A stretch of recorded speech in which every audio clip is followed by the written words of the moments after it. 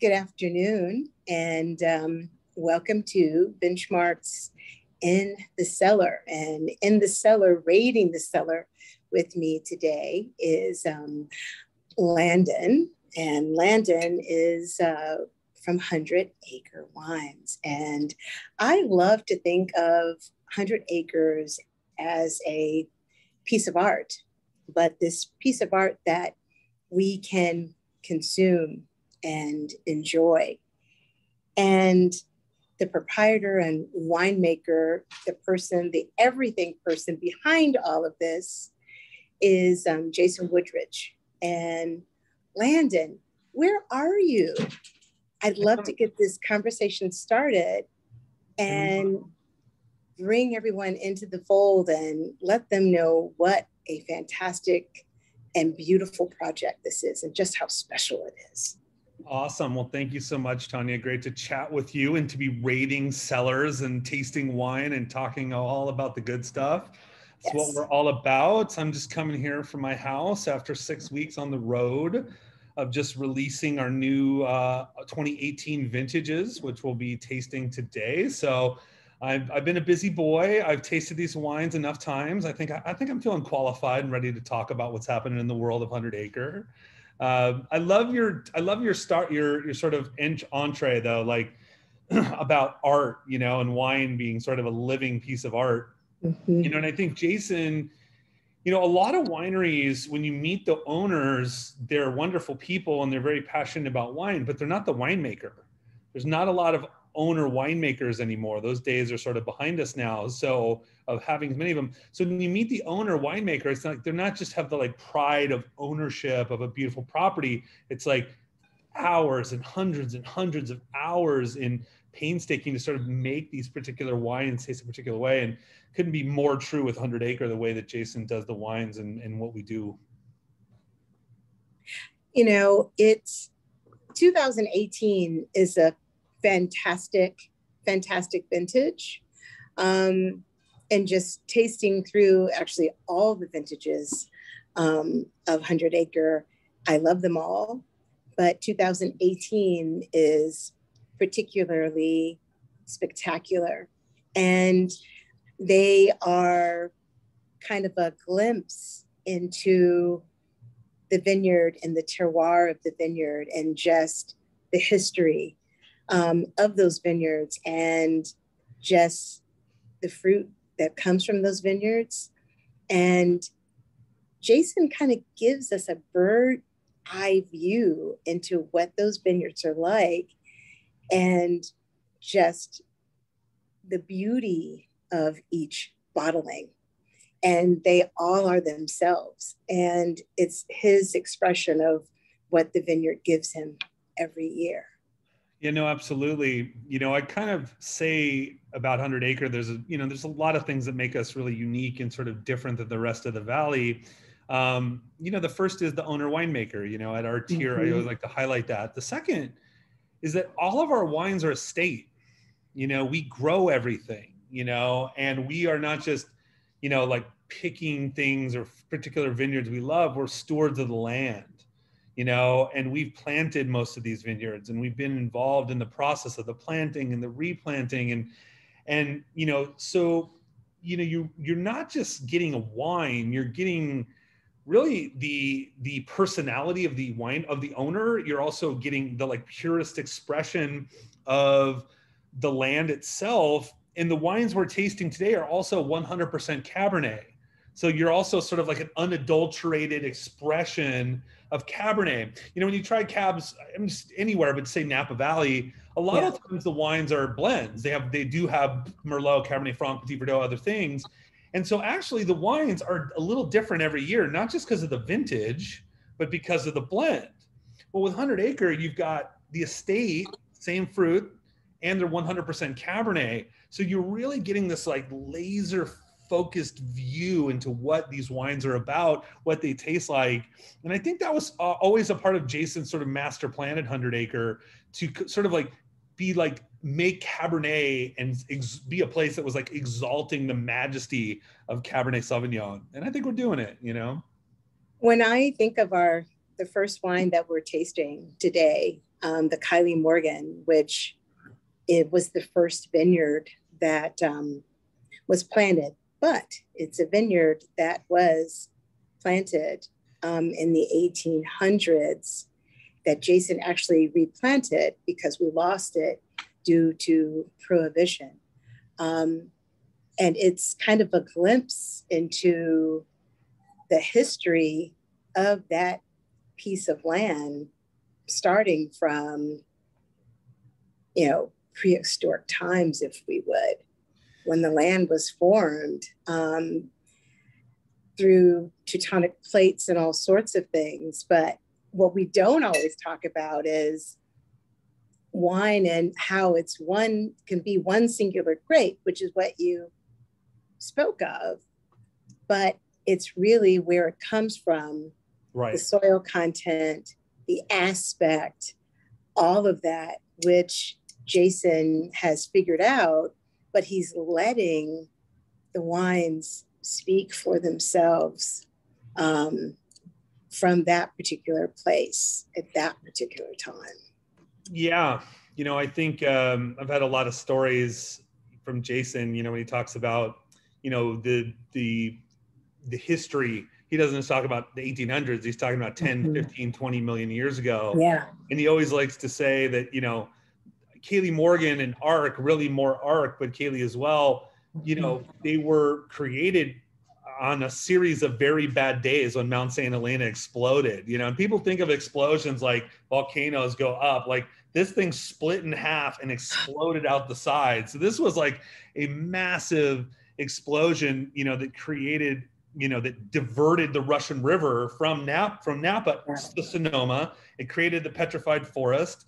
And in our properties, it rained down hundreds of thousands of pieces of volcanic glass. Yeah. So when you go to our properties, it's not few and far between, but Ark and Kaylee Morgan, you look down on the ground and there's just black glass everywhere. In the afternoon, it sort of looks like a broken disco ball, So when you have, when you're talking about this place, as you said, it was like, we're not just talking about 100 years or 50 years when we bought this property, that this was like a geological mess, and geological mess is great for wine. We want mess, because the more mess, the more layers of soil, the more tectonics, the more complexity in that soil itself is really what's going to create that quality in the wines. And I think when Jason first chose these sites, Kaylee Morgan and Ark, he was intentional in finding something different.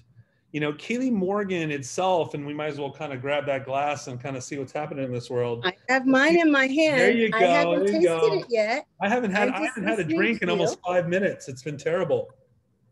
But this is just, there's fruit and all these absolutely gorgeous aromatics, blackberry and boysenberry and huckleberry.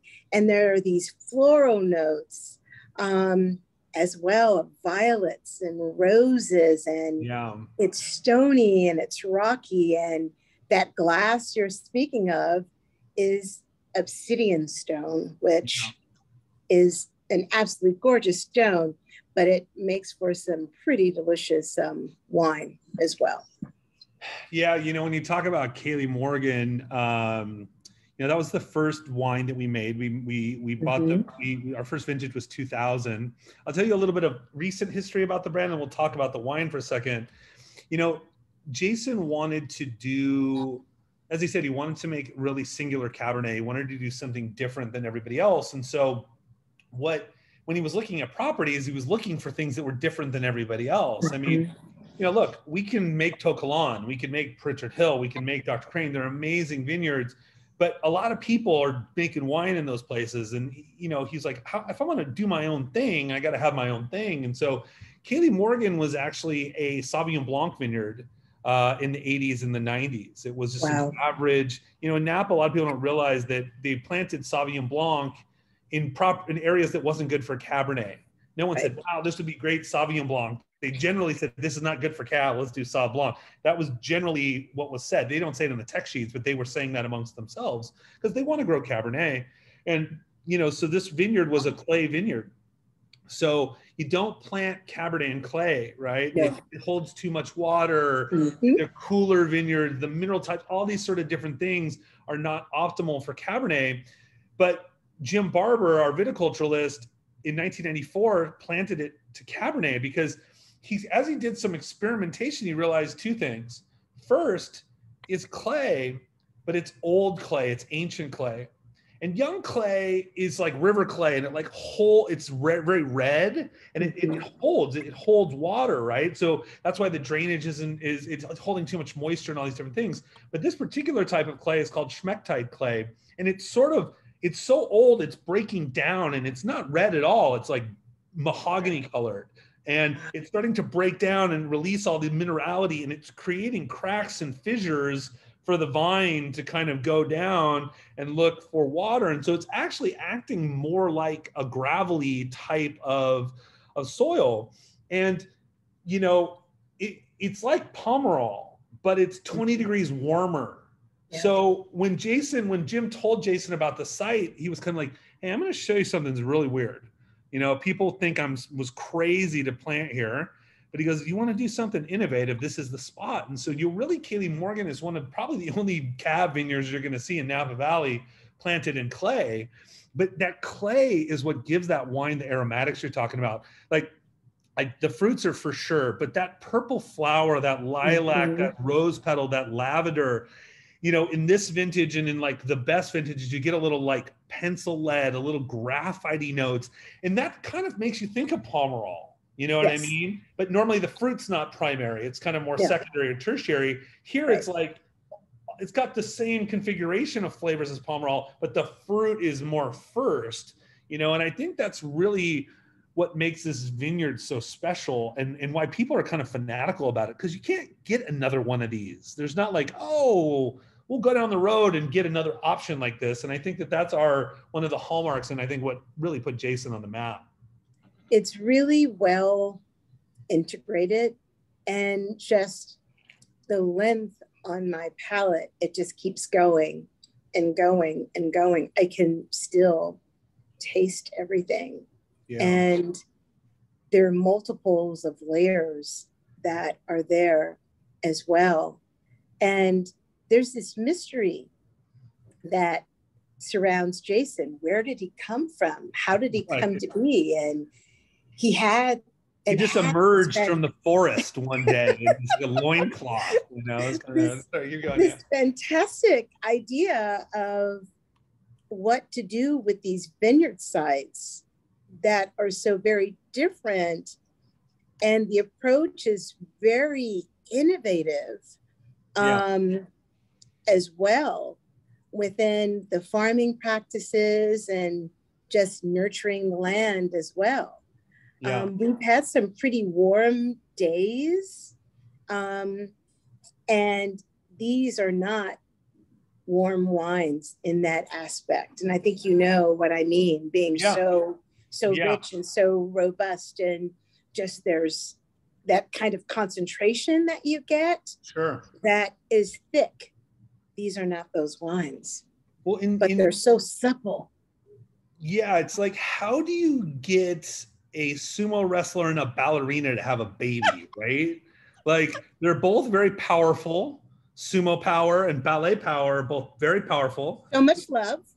Lots of love. Yeah, lots of love. They happen. I'm sure there's a sumo ballerina baby out there somewhere. God bless them. And you know, but it's two types of power, and you have to create space for both of them. Yeah. You know, when you talk about the winemaking, I'll kind of jump forward in the winemaking and then sort of readdress this. You know, Jason's winemaking is very old school, very old school. You know, when you go to his house, okay, and you get a plate, the plate is made by a ceramicist, and it's an individual plate, okay? He doesn't have a stack of the same plate.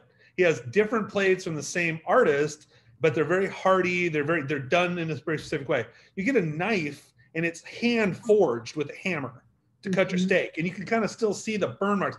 He loves that like old school, slow, you know, like a cobbler or like a like a couture dressmaker where like absolutely every bead is put on. It's like almost infuriatingly slow, but that's a process that he's big on. You know, we ferment all of our wines in puncheons and half-ton puncheons. Yeah. So if people that are listening don't know what a puncheon is, you know, you have your barrel, which is kind of your regular barrique where you age your wine in. Well, the next sort of size up is a puncheon, and it's basically a double-sized oak barrel.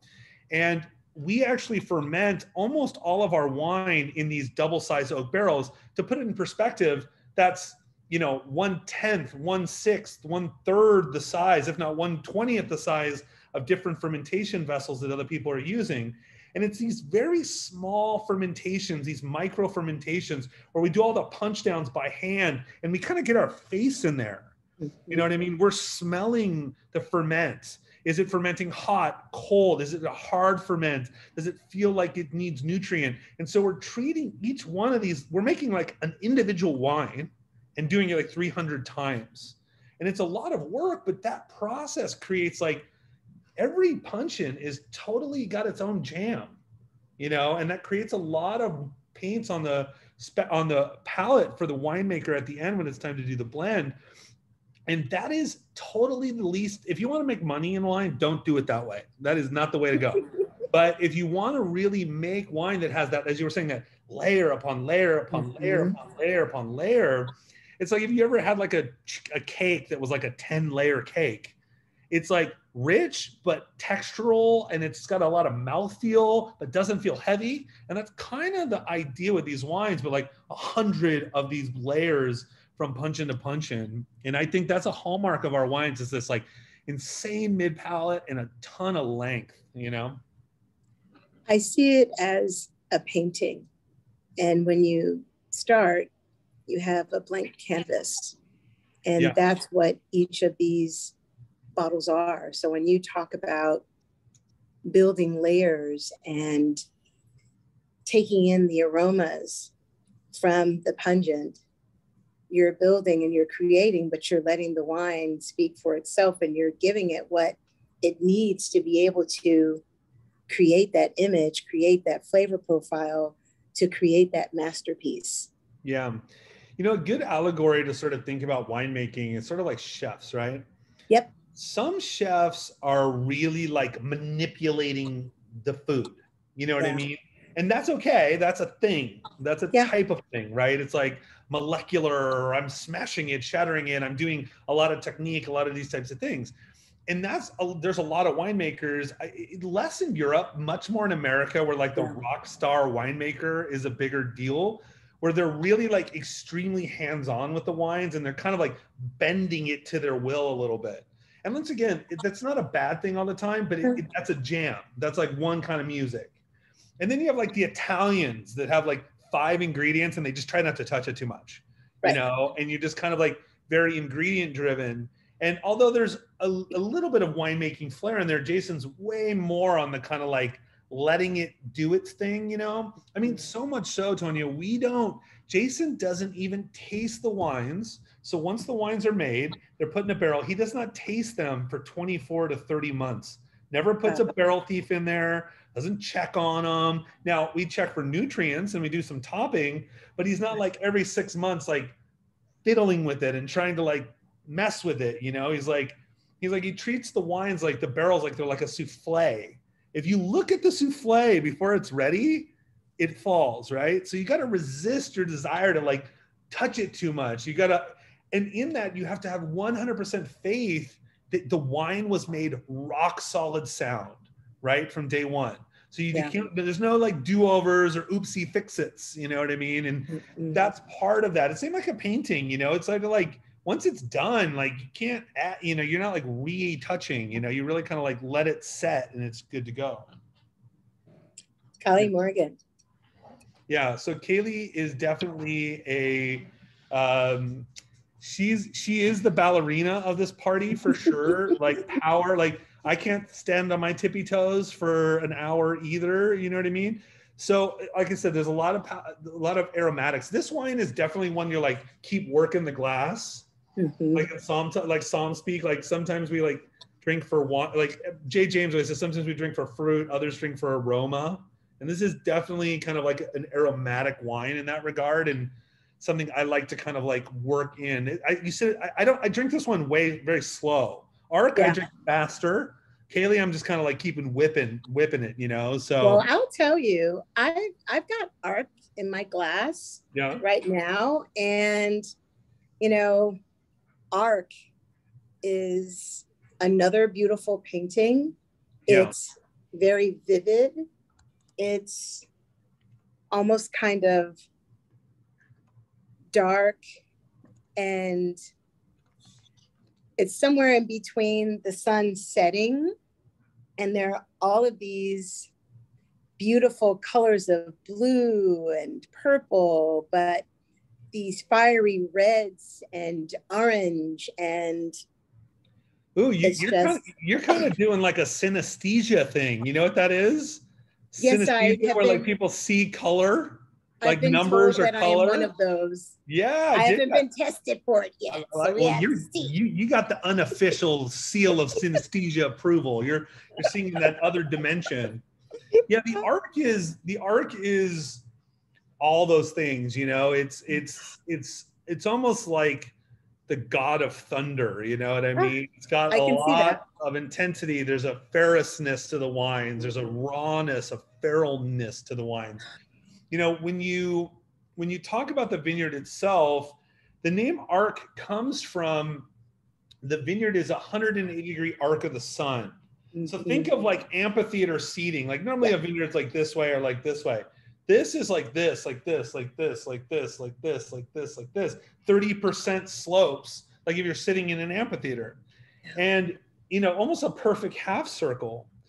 So you don't see vineyards that way. You kind of see them like on a bendy hill or like a vertical. They sort of have like one or two zones. This has got all this zone. So when the sun's rising in the east and setting in the west, you're getting 9 different sun exposures. Some blocks are getting 3 or 4 different sun exposures because of the way they're set and orientated on that hillside. And you're in this on these very steep slopes. And if you kind of just were to take an auger and go right down and dig like a backhoe pit on the property, the first thing you would see is a ton of volcanic glass. This has way more volcanic glass than it's on Glass Mountain Road. Yes. Glass Mountain. The second thing you're going to find is tufa, which is volcanic ash. That's like very soft. It's very soft, but it's like compressed. So it kind of looks like concrete, but it's softer on the way down. And then as you go down further, you're going to see these beachheads, these 3 different beachheads, because a lot of people don't realize that the mountains on the west of us were not necessarily volcanic. They were tectonic. They were islands that were smashed into the west side of California, and so you have these seabeds, and so you've got glass, volcanic ash, sea floor, and all this sort of diversity of soil. So it's kind of a trippy place to grow wine. You know, I said crazy geology is what we want to do. We got that. Check, check, check, check. We got that going. And it's noticeable in the wine. It's got a tremendous intensity. The aromatics for me, I think the Kaylee is more aromatic. The Arc is aromatic, but it's much more of a palate wine. The wine is more dimensional in the palate, and it's really it's like riding a roller coaster. You know what I mean? But one you'll go on again. You know, it's like the teacups. Teacups is one time and I'm done. There's a roller coaster you keep going back on, you know? But it's a gentle ride though. Yeah. And it's a wooden exciting. roller coaster. It's a different kind of roller coaster. Yeah, for sure. You know, for sure. It really, really is. And there are these dark gobs of fruit that are there, but there's layers of shell and saline and earth, and it's just really, really pretty. And it is thunderous, as you said, but it's a different kind of thunder. It's very exciting, and your eyes are you're filled with all sorts of wonder when you're tasting. Yeah, I got a little question for you too, because I mean, obviously, I was a somm many, many moons ago. You're still doing all that business, and Uh-huh. you being a service person that you are and making the magic happen. I think when people taste wines like this at this price, right? Hmm. Sort of, there is an expectation, right, of like flash. You know what I mean? Like it's like the lime green Lamborghini. It's got to be like, hey, check me out. And there are plenty of those. And this Oh has yeah. some of that for sure. But it's like, I think what gets the hook in people is like, ooh, that stuff they weren't expecting it to be so dimensional. How do you sort of deal with that? You have people that are looking for these types of wines. It's got to balance that. This is so supple, but it's almost etherical. Yeah. When we put them side by side with Kylie, it's much more etherical. I can drink lots of it, and I want to drink it quickly, but I know that I shouldn't, because I just want it to last forever. Yeah. There's that hole in the bottom of the bottle that it's gonna Yeah. go like that. I always make a joke. I say, you see this part? This is the best glass, but you got to drink this stuff to get to Right. that. That's where the real money shot is right here at the bottom. You know what I mean? But yeah, it's, you've done this, you're a pro like this, like myself as well. But you ever go to like bring somebody who likes wine, but to like one of our special tastings where you just have like access to all this stuff, and they just get bombed. And because they don't, it's not because they want to get bombed. It's because, man, this wine is so good. Right. And you're just Yeah. consuming it faster than you're sort of naturally. You just have a glass of wine. You're like, oh, that's nice. But you're like, bam, you get a car.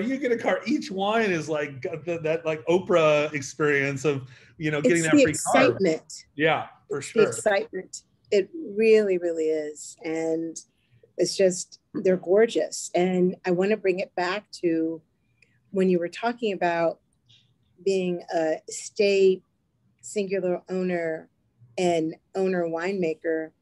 To me, these wines are much more classic California, and it's a nod to that, but also the wines of the world, in terms of the style of winemaking and just the sites.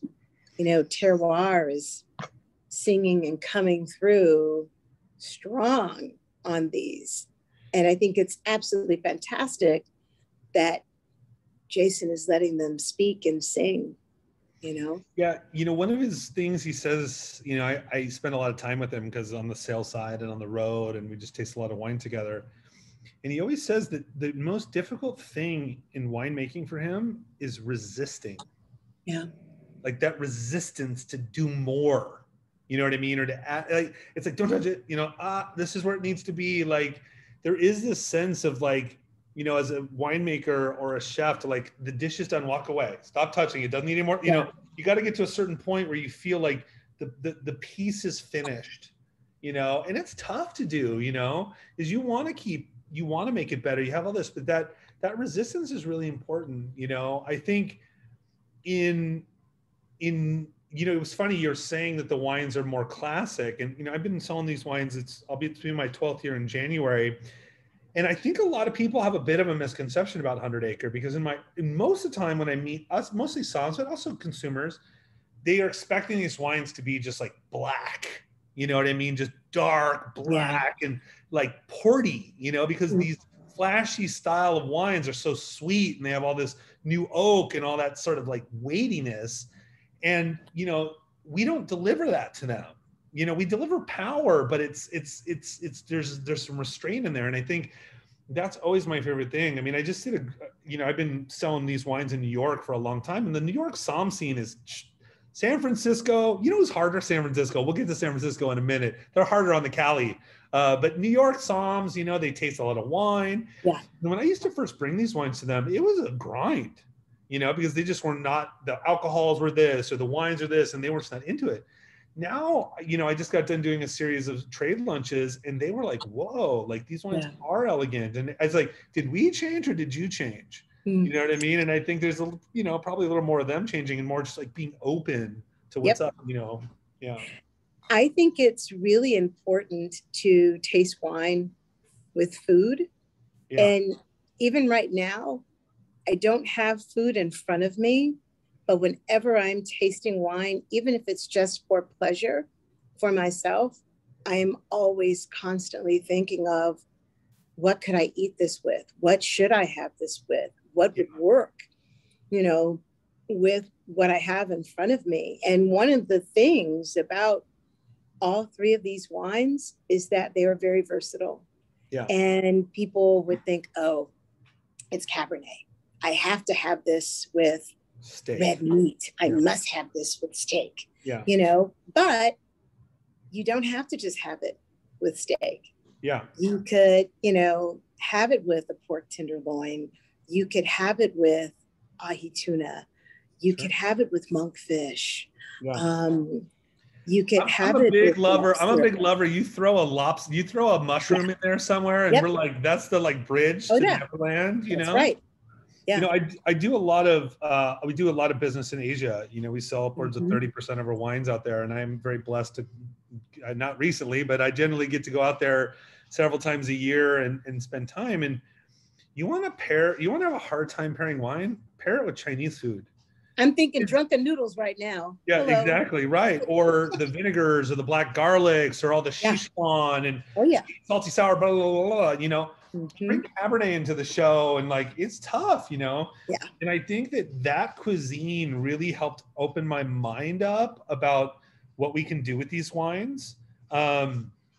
You know, with regard to them, you know, I think in some ways we sometimes are jamming ourselves up with the Mhm. steak thing, because you know I just had a trade lunch, you know, 2 days ago, and it was like they had this very fatty ribeye, and it was so fatty and it was so rich that I actually felt weighed down by the wine and the food together. You know, we would have Yeah. gone for something a little more elegant.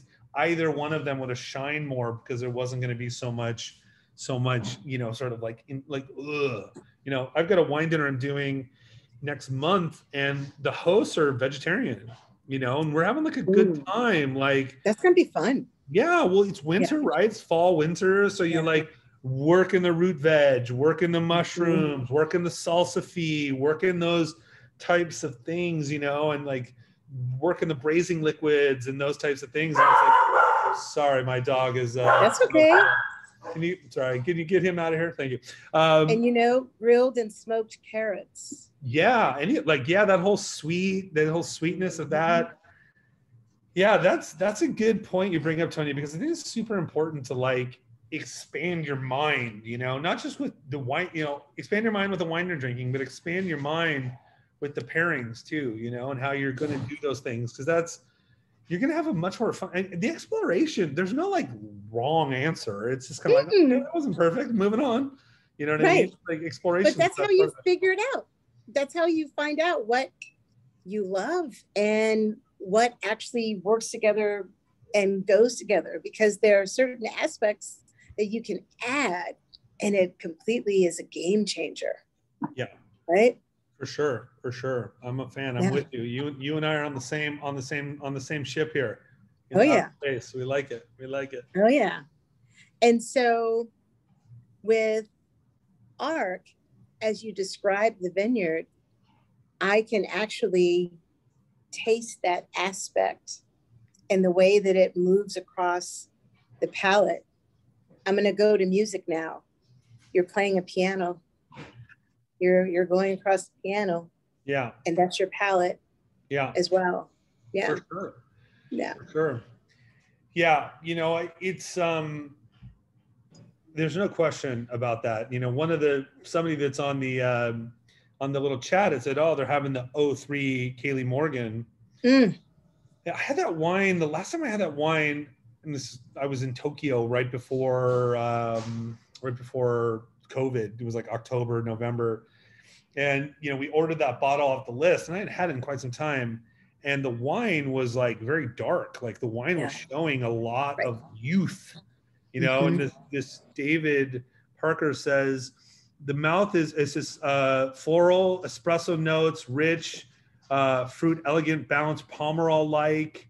long fine finish, clay, violets, brambly, blackberries, and it was all of those things. It was I think the still to be determined about Napa is the like ageability of the wines. They were always saying, oh, the wines have a lot of alcohol, they're very ripe, they're not going to age. Well, I got to tell you, like the hot shot thing in wine right now is like 60s, 70s, 80s Oh yeah. Napa Cab. Like all of a sudden, people are like, that stuff was like $30. You could buy it like at Benchmark. They would like have those wines. They like buy a Charles Kruger and Inglenook for $35, And now those wines are like hot, And I think people sort of realize like well-made things are going to last, And I think that there's going to be I think that the fact that sort of there's a second market for older wines. Oh yeah. Napa and Sonoma is really helping add a little more credence to what we're doing. Yeah. We're like pretty serious about it, Yeah. My section is called Mature and Ageable, and it actually gives a description of what those wines are like and what to expect. And if someone wants something that's fuller, much more robust, more fruit forward, a lot more concentration and dense, keep turning the page. And that is exactly what it says. Yeah. I love ageable wines, and I love wines that have age on them, but I love wines like this as well, because it gives me a glimpse and a snapshot into what to expect if I decide to age these wines, and to be patient, but drink a little bit of it along the way. Yeah. Don't keep it all in the cellar, but every couple of years, pull some out and pull from different vintages. And as you said, with 03 and 06, there's some similarities there. Yeah, for sure. 06 is a bit brighter and not quite as dark as dark and dank as 03. Yeah. But to me, across the board in Napa, those were vintages that we kind of held on to, and we keep nibbling and seeing what they're doing, because those were vintages to kind of take your time and wait and see and just watch them evolve. Yeah. It's very exciting. Well, I get asked all the time, my sales team gets this a lot too, is like, when should I drink this? Like when is it going to age? When is it going to be ready? Yeah. And you said what I say. I asked them a question first, like, and they say, I like big fruit and big tannin. And I go, well, cool. You drink that in the next couple years. Let's keep it in that 5-year window. Mm-hmm. If you're wanting, aromatics and lighter palate and acid, all those other things, and you kind of go down the line. Oh yeah, got a good amount, because we have people that like. A lot of people drink 100 Acres. They drink them young. They like them big. Yes. They like big fruit, and God bless them. We're happy to do that. But that ageability now is really where people are kind of like, ooh, I'm getting that like second and third, multiple in quality. And, we've really had a fun time taking the wines out and sort of showing people that, we're right at that 20-year mark where you kind of now have some older wines, in the portfolio where they at least have 15 years of bottle age, and you can kind of talk about them in a more mature way. You're starting to get the polymerization of the tannins, and the pigments are dropping out and those types of things. And so we're in a place now we're starting to do that. We've only made 18 vintages that we've You're taking them on a journey. Yeah, for sure. For sure. No doubt. Journeys are good. Yeah, for sure. Everybody likes to travel. We just came out of not being able to travel and do anything, right? So one of the things Jason says all the time is that great wines are a time machine. Oh, yeah. Okay. We're tasting 2018, October 8th, 2018. Yeah. Okay. When this wine was made.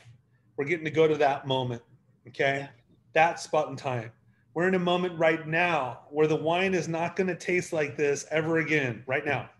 And then the next thing and whatever. And then it's generally when we're drinking wines of this quality, there's some sort of a benchmark. We say, remember that time we had that. Remember that dinner we had that, or that whatever. And, that time machine is that sort of like 4D You know, Mm-hmm. that's what takes those great wines and really makes like transformative wines. You know, I have many of those wines that are 4D. I understand them at 3 or 4 times in my life. Then maybe I have that bottle again a couple years later and it's a different jam. And now I've added another experience to that sort of timeline.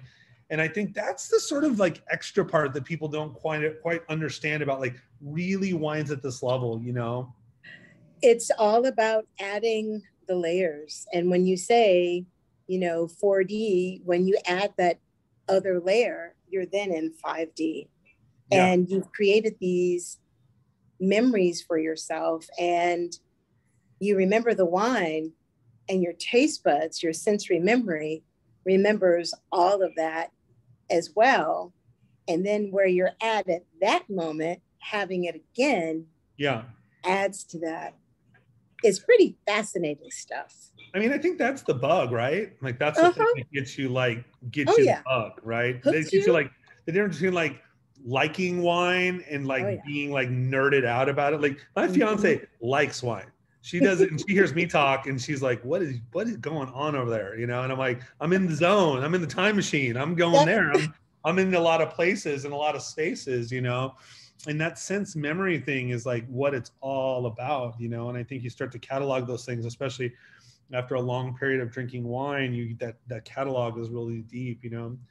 I I call did it the Rolodex. yeah, no, And it's a I flip through. gigantic When I do this, Rolodex. people are Yeah, like, what are you doing? I'm flipping through the Rolodex. you're I'm right. flipping through. Yeah, no doubt. No For doubt. those People, that remember what a Rolodex yeah, I was gonna is. say, I think you know, I don't know. My fiance's daughter, I asked her to tell her what a Rolodex is. She thinks, is that a new thing? They're like, yeah, it's new, brand new. For It's gonna some. be cool again.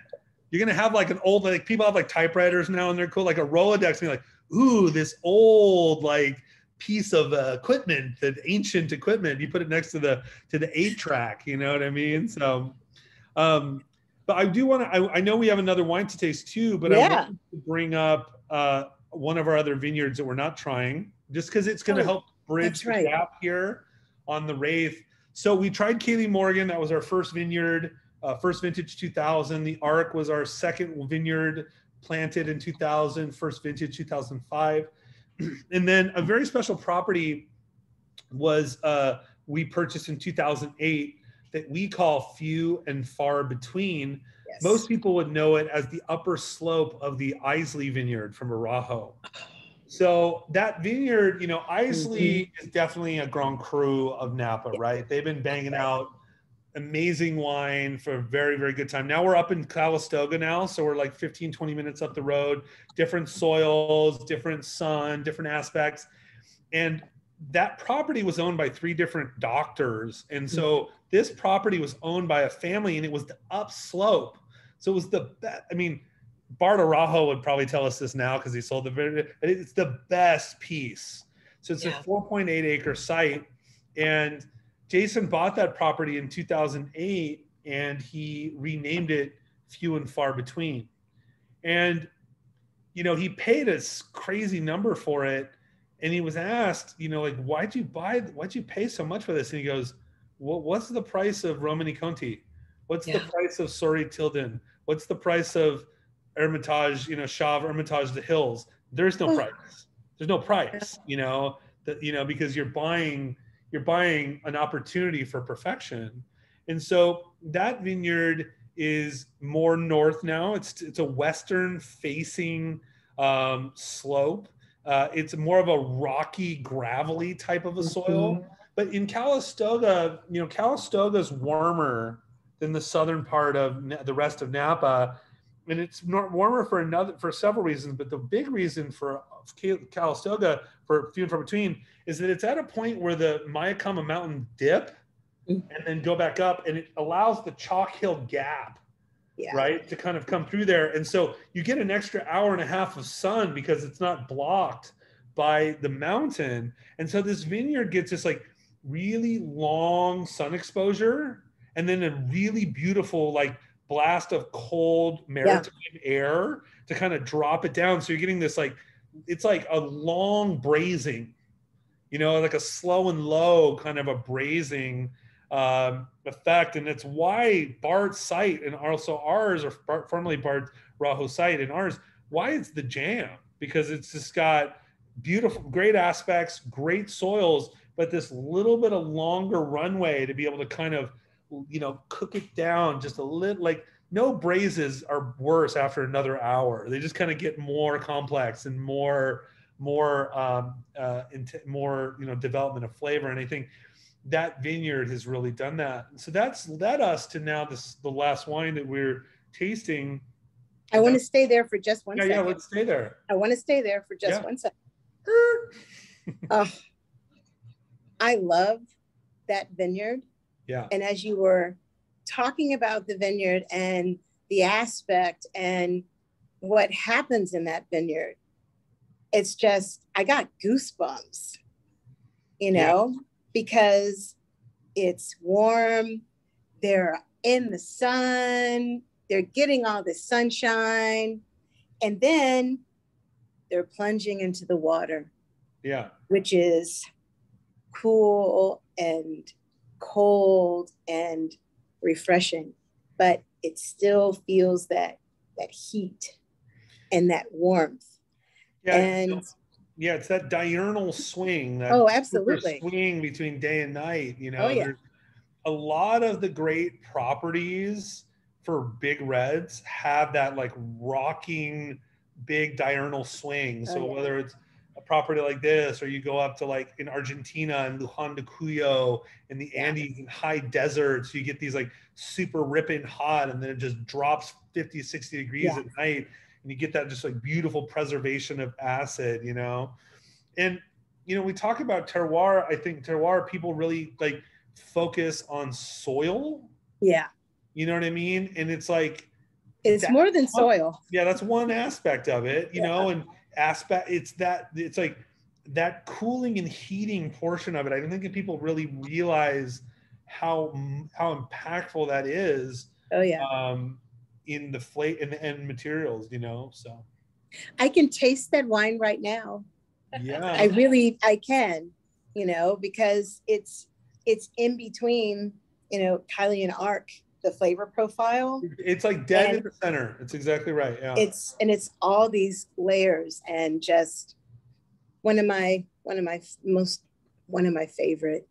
Yeah, that wine is sort of like God messes with us a little bit, shows you the majesty, but says there's not very much of it. That vineyard's only 4.8 acres. Yeah. We lost 10% of the vineyard in the fires in 2020. We lost the whole vintage in 2020. So that's a wine where, like, if you're on our mailing list, you're like talking 10 years to get any wine. Right. Benchmark does a great job of, this isn't like I'm selling for them, but it's true. I buy a lot of wine from them myself. But when I see like few and far between, I'm always like, where the hell are they getting that? Because it's somebody's cellar that they're buying that from. Yeah. That stuff gets snapped up instantaneously. I mean, I bet they had a bottle they've been having it recently, like a bottle of few and far between 2013, which was one of my favorite vintages. And they had it on there for like $1,150 a bottle for retail. And that just shows you they're not doing that just because they want to make money. That's the market for that wine. Right. It's like double the price. And that just like shows you the intense demand for that site and how small it is. It's almost like a monopole in Burgundy, or like, something in Von Romane, where it's this like little zone and it's like little honey hole. And that's all there is. There's no way to make more. We can't grow more. We can't fire it up with more fruit. And I think that's the specialness of the site, No, that's a perfect name for it. So a little fun fact, a lot of people don't know, but the wine is named Few and Far Between the Vineyard. One of his sons is named Fisher Everest Woodbridge. So Few, F-E-W. So that's where it came from. Arc was one of his sons is named Noah. Mm-hmm. Morgan is one of his daughters. So there's always like a little slice, rehash back to his kids. So I always like to give that little fun fact. But it's a secret, because you would never know that that's in homage to. Yeah. Well, we don't have a lot of people, like you were talking about the mysteriousness of Jason Woodbridge. Jason is mysterious. We don't have a website. If you go to our website, it'll just be a bottle of 100 Acre and like a little thing to put your email in, Jason is very, he's reclusive. Yeah. He doesn't, he's an artist, you know, and I think he has, what's interesting about the way he makes wine, to come back to him for a second, is, you know, my mother's an artist, my grandmother's an artist, and they really just want to do art. And they don't, and the thought of wine, their art being evaluated is like terrible for them. You know, I used to take Jason out on the road a lot, and he would talk about the wines, but he would talk about them all completely emotionally, like no technical. And Psalms, or people would be asking him about stuff, and he's like, why in the hell would you want to know that? I'm like singing you a song. Yeah. I'm telling you a poem. I'm taking you on an emotional journey, and all that is just not even part of the journey, you know. And so that's part of why he's a little bit mysterious. I think he kind of likes very small gatherings. He wants to talk to people and have a connection, not just do a, you know, talk for 50 to 100 people. And that's what I'm here for, and what Dana's here for, and my team Nick and all these guys are here for, is to blah blah blah. You know what? Wine is emotional. It is, totally. We are filled with emotion when we taste it, when we drink it, when we think about it, and when we've created memories with wine. Yeah. It evokes all of that. Connection. You know, connection. Yeah. So, Wraith. All right, let's wraith it up. Which is a combination of many. Yeah. So the wraith, you know, first, a wraith is sort of like a tormented spirit, or a protected spirit. There's a lot of like nerdy stuff in our winery. Our winery is named The Ring, and Lord of the Rings. We make a wine called The Precious. The wraith is the ring wraith from Lord of the Rings. So it's a lot of nerd stuff going on. Yes, exactly. Well, you see that gold around the top. What do you think the gold is? It's a ring. Yes. So that's all part of the nerd stuff, you know, that's going on with us. But, you know, Jason, I didn't mention this earlier, but I think it's really prescient, is Jason didn't go to winemaking school. He taught himself how to make wine. Yeah. So he's very big on sort of challenging, you know, the convention in wine. When people say, oh, you do it this way, the more you tell him that, the more he's like really not into it. And he'll generally do the exact opposite.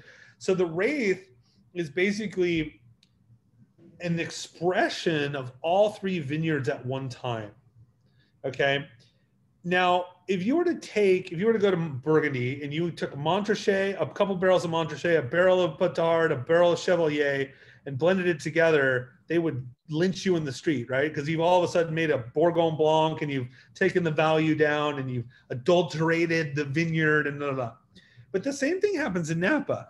You don't see Beck's, you know, Tocolon, Dr. Crane, and Las Piedras blended up. You only see it blended down. Right. You know, when you go to Barolo, you don't see Costa Russi and Sori Tilden and these properties blended up. They always blend them down. Right. Jason always felt that was like ridiculous. He's like, wait a minute. I got my Kylie Morgan that's a valley floor vineyard. I got my Arc that's a mountain vineyard. And I got my Few and Far Between that's a hillside vineyard. And I want to blend those wines together and express something more, you know? And he started playing around with this. He's been practicing this wine for 10 years. In 2002, 2003, he started making the Wraith, taking barrel selections from the different wines and trying to blend them together. But once he got Few and Far Between, that was a different aspect. He was like, oh man, he was like, it was like unlocking a safe. Like you need 3 different numbers to unlock the safe. And he was able to like unlock that code. And so the Wraith is a barrel selection of different parts of each vineyard. Now, Wraith will be different every year, right? It's not going to be the same, not only going to not be the same percentage of each vineyard, it's not going to be the same percentage of each pick, each ferment, each whatever. So it's like an expression of the vintage, you know, and nobody's doing that. I'm starting to see people copy us now, but I believe it. When he first started to do it, and when I took these wines out in 2013, the first Wraith vintage, you're like, is this a reserve? Is this a second label? No, it's none of those things. They had a hard time. It took them like 2 years. They had to hear me say it 2 or 3 times. before they kind of got it. It's like, no, man, this is like a different thing. We're trying to, 100 Acre is a piece of art. We're trying to expand your mind, expand our creativity, and really find out what are these vineyards? Mm-hmm. What can they do? And so this wine is not just a barrel selection, but it's also aged another year. So it's aged upwards. So this 16 was aged 40 months in oak. So a very long time. Most wineries are doing 20 to 24 months. 100 Acres, upwards of 30 to 32 months. And this is upwards of 40 to 44 months. So this is an extended barrel aging. And see, this is a 16. So this is the current release of the Wraith. Right.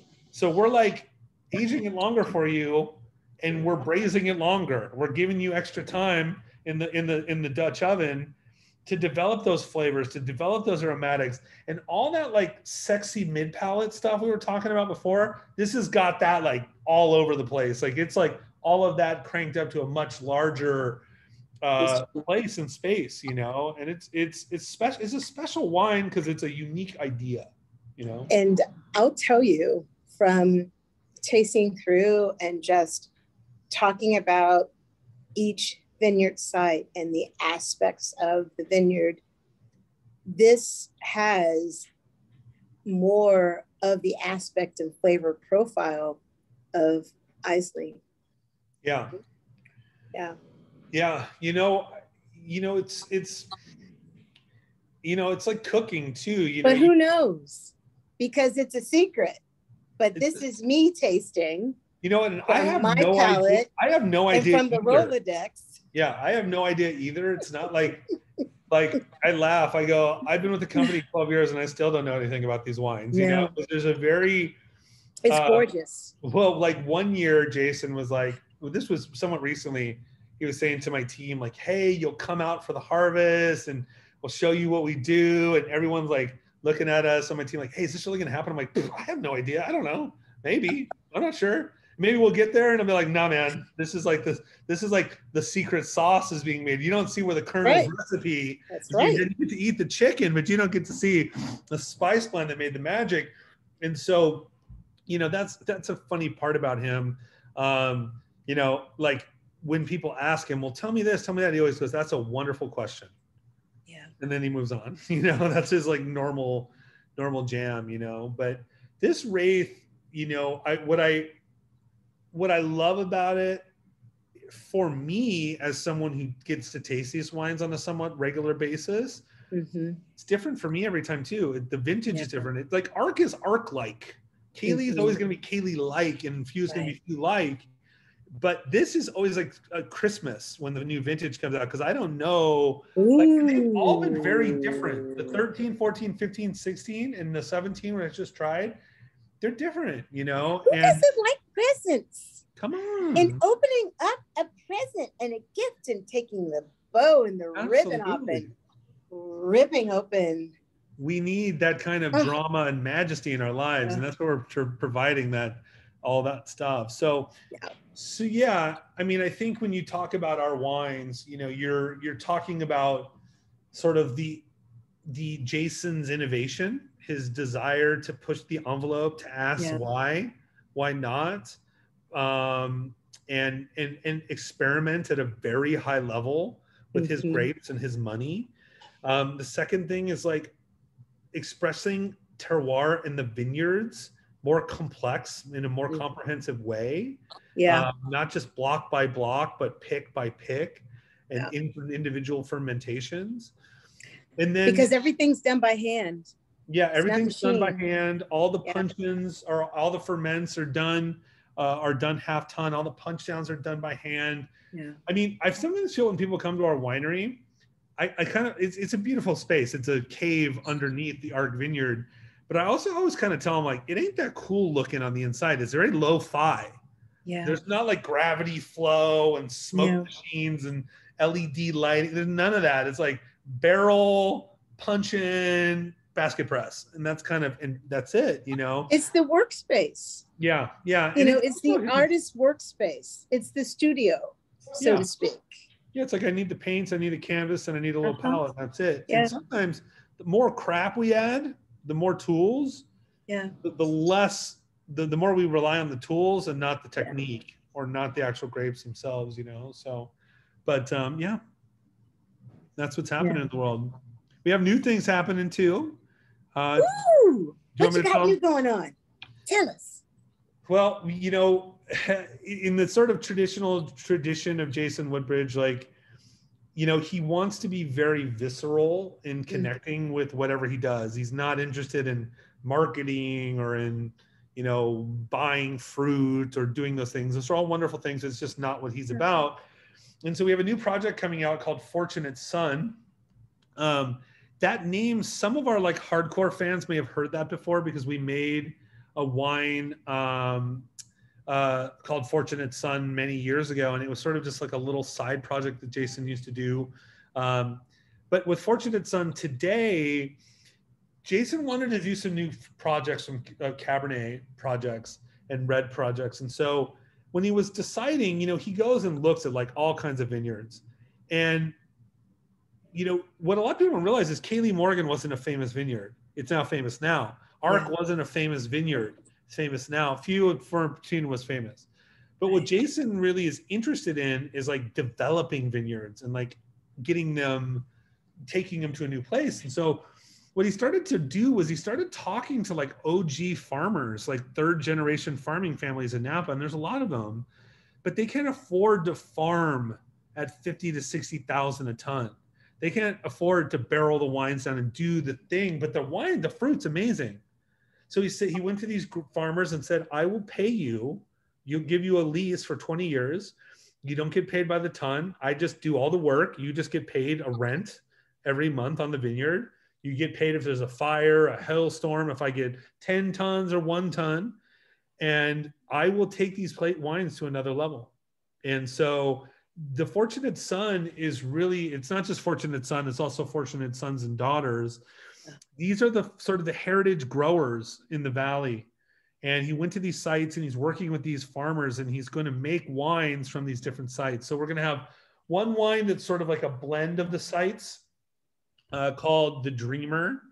The second is a wine called the Diplomat, and he calls it his 21st century American claret. That's a mouthful. Put that on your wine list. Fortunate Son, 21st century American claret. And that's a two-liner. That's a two-liner. We'll take that. We deserve that space. That is him messing around with older Merlot sites and Cabernet sites and some co-ferments and some different things. Beautiful. That's called the Diplomat. And then there's another wine called the Warrior, which is a single vineyard wine. And now all these wines are made at 100-acre quality. So the first 2 vintages were made at 100-acre. French Oak Barriques, Terranceau, Punch and Ferments, all this type of stuff, but with vineyards that he's now developing. And so, you know, this is a really cool project. The wines are going to be less expensive than 100 acres. So you have an opportunity to try them, experience sort of what Jason's about, but also go on this journey with him because he's sort of like taking these wines, these vineyards that people know, and there's wines from, but like now going like souping them up and not just souping them up, but like giving them the love that they deserve and the respect that they deserve, you know? And so that's a great project. We'll be releasing that for wholesale in the first quarter of 2022. We'll probably do a little something with Benchmark and get them going on the wines as well. We're excited to share them with them, and maybe we'll do a little something with Fortunate Son and talk about them. But you know, and that's always an interesting thing. It's great to make like wines at $650 and $700 a bottle. They better be damn good.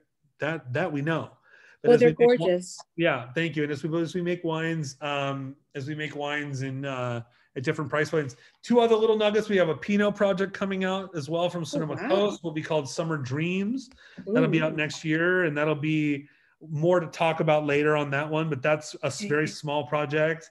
And yes, we'll get some Pinot into Benchmark. And then we also got are in the very deep stages of potentially doing a distillery up in Santa Elena. So we got big things going on. You know, there's a lot of creative space happening at 100 Acre and with the new projects. And I think Jason is like, from a creative perspective, has got a 3rd or 4th wind and he's just really getting down. And so we're just really proud of the wines that we're making and really excited about the future. And I just think, you know, it's going to be great to share those with you and all the crew and all the people on this group. And they will be Oh, look announcing at the that. Rare Spirits sales next month. David. Aha!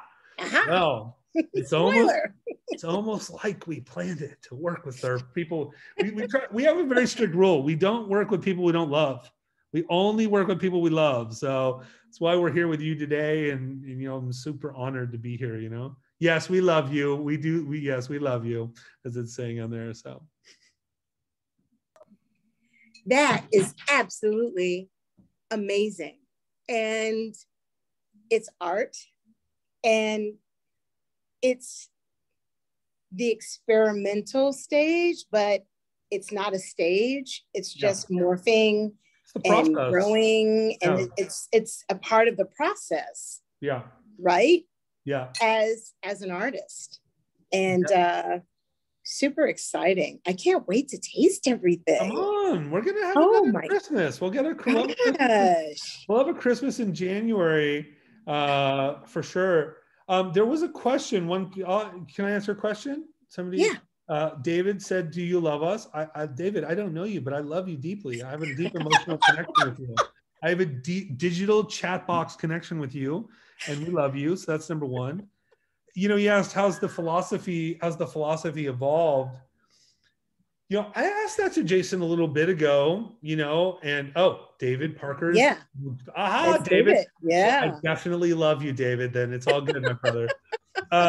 You know, how's the philosophy changed? You know, I think it hasn't changed that much. I think when he started, it was such an out there philosophy, like multi-pass harvesting, punch and fermenting, like the way we make the wines, that it took a long time to kind of get in there. You know, I think we sort of resist change too much because we don't want the wines to be Jason Woodbridge wine. We want it to be Arc, Kaylee, like 100 Acre is an expression of the site. So we really try to kind of stick around with what the soul of what we're doing. Now, where's our philosophy changing? In new projects, you know, because it's a new thing, you know, Summer Dreams is a new animal. So we can do new things.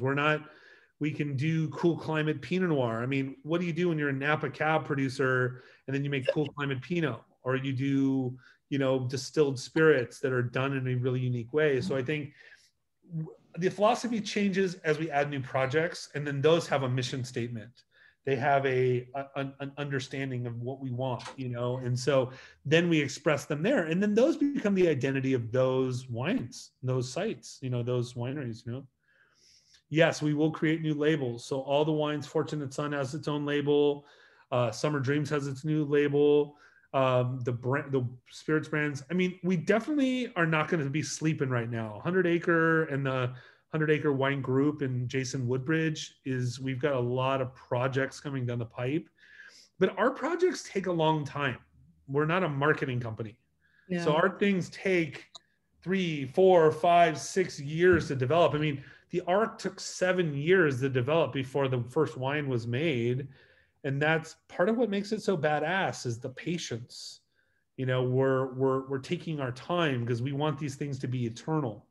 You know, if you're making something that's legendary and a classic, it's got to last a very long time. So you got to make sure it's foundationally very strong. And that's always what we're focused on as a company. You're taking people on a journey, but you're also showing them different visions, different canvases of the art. But I hear and see music as well. Yeah, for sure. And it's that kind of journey. Will it be jazz? Will it be AC/DC? It's kind of everything. Are we doing trap music? What's next for the future of us? And I think the answer is all of those things.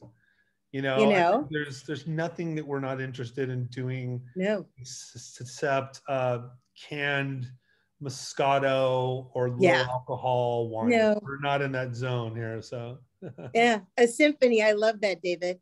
Yeah, and awesome. and you're sharing it with everyone. Yeah. That's sure. what which art is to be shared with everyone, right? As is music. David, as is wine. I think we need to raid your cellar, my brother. Okay, we'll have a little dip in. Just let me take a look. Little look-see. I promise I won't hurt you too bad. Just a couple pulls. Bam, bam, bam, bam, bam. A couple pulls, you won't even notice they're there. We have yeah. And you know, I have to tell you, one of my favorite memories was December of 2020. And it was rating the benchmark Cellars for myself. And I did a series for them that December. And it was it was fantastic. I told my journey in wine through their cellars. And it was so much fun. Well, I like to say I'm not only a winery, I'm also a client. You know, my 2020, I was racking it up. My Amex was getting a little buck wild at the benchmark. They were really getting down. So it was really great. Well, you know, it was, you know, awesome to chat with you guys. And, you know, is there any other questions? Anybody? No, we good? Feeling good Thank about you for hanging out with us today, this afternoon, and taking you on a journey through 100 Acre, current, always and forever, and future. Past, present, and future. Yes. Namaste. I'm down. Thank you so much, Tonya. It was awesome to see you guys. Thank you so much. Thanks a bunch. All right. Bye. Bye. Have a great rest of the afternoon, everyone. Raid your cellar of your 1 acres and get some more, please.